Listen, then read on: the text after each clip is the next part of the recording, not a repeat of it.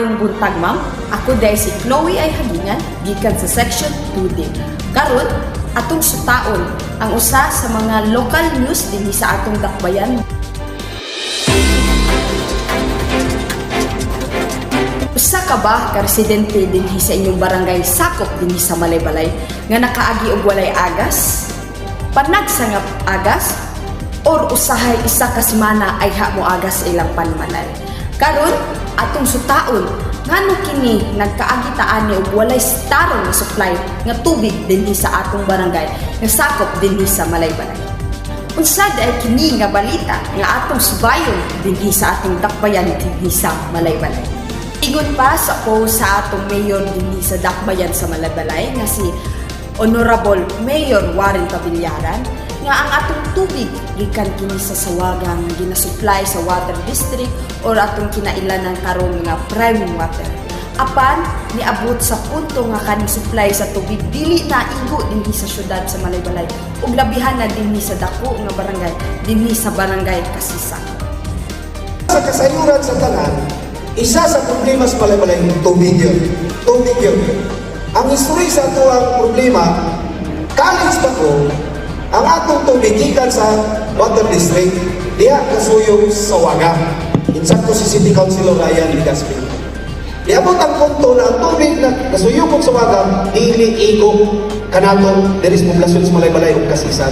Kung sa'yo kibuhat sa mga nagmuna sa ato na mga mayor o mga opisyalis sa Malaybalay, nag-igo po kwarta, buhatan o reservoir sa Kimangbo, ang atong tubig na giinom diri gikan na sa Ibalabag, siyang pa na kilometro gikan ditong Bukira, i-travel na gikas Paigas Tubo, tambana des Kimangbo, o puna niya, apod-apod diri sa poblasyon sa Malaybalay. Poblasyon, Ipalambo o Kasisan. O gani na isa sa wapasunti ni Konsyal Ligaspi ganina, nagapananong yun o kahoy. Isa na kay kamilyon ang natanong na kahoy sa Malaybalay sa pagsugod lang namong. Isa kamilyon. Isa na kay ang Ibalabag. Kapananong ang Sawaga Organization o Baliti na kahoy o makita na ninyo diha sa Ibalabag na area. Ang nahitabo, ang capacity sa atong Kimangbo na planta palitong sa prime water. Water district para sa una, pero kaya pa sila privado na organization, which is ang prime water, palito nila. Ang nahitabo, didagan man ang tao sa Malaybalay. Didagan ang tao. Kulang ra karon ang capacity dito.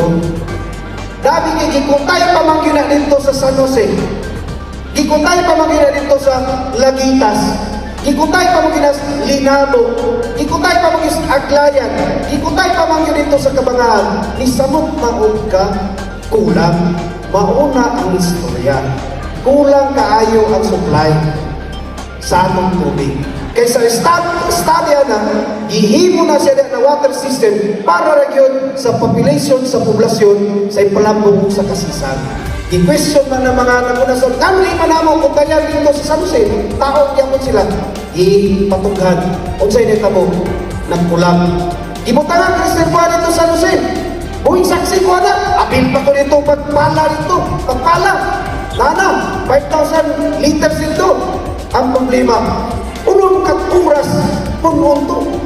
Yang ulatan pa na mga taga-poblasyon, mag-undang o gamit. Pagkagabi rin, ipadagan itong tubig. 6 hours. Pagkabuntang magtungan o gamit ang taga rito. Ubas yapon na rin.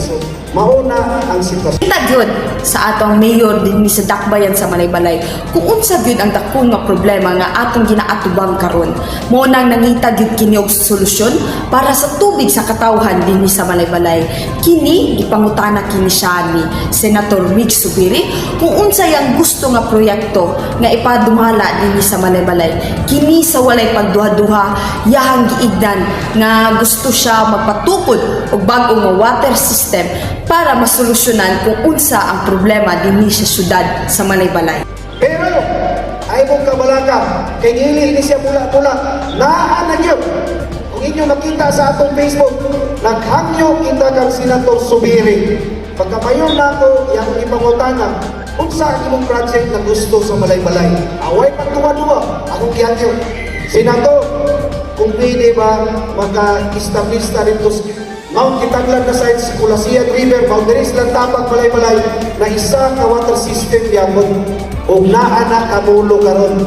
2023 gibadgetag 50 million. 2024 gibadgetag 100 million. 2025 karon gibadgetag og 100 million. 250 million na karon.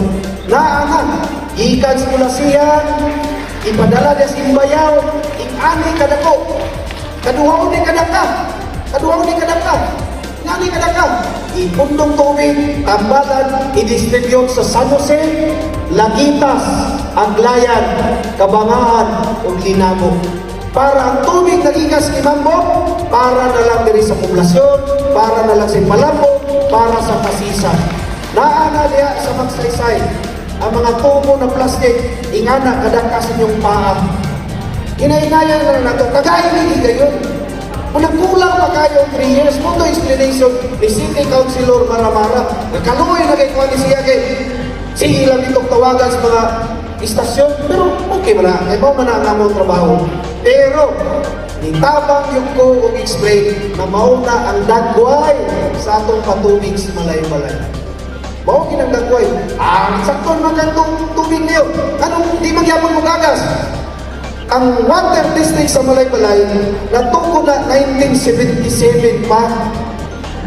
Kung makainumdum ko, engineer ako O lamang kini, I hope na amoy natun-an pinaagian ninyo video ug inyo po mahibalan ang mga pipila nga unsa na deg ang kakahitabo dinhi sa atong syudad sa Balay-Balay sa inyong mga reklamo kung aksyonan ba kini or kung gipasagdan na. Pero pinaagi ka Mayor Warren Pabinyaran, maingon jud nako nga aksyon ang best jud ni solution sa tanan. Daghang salamat.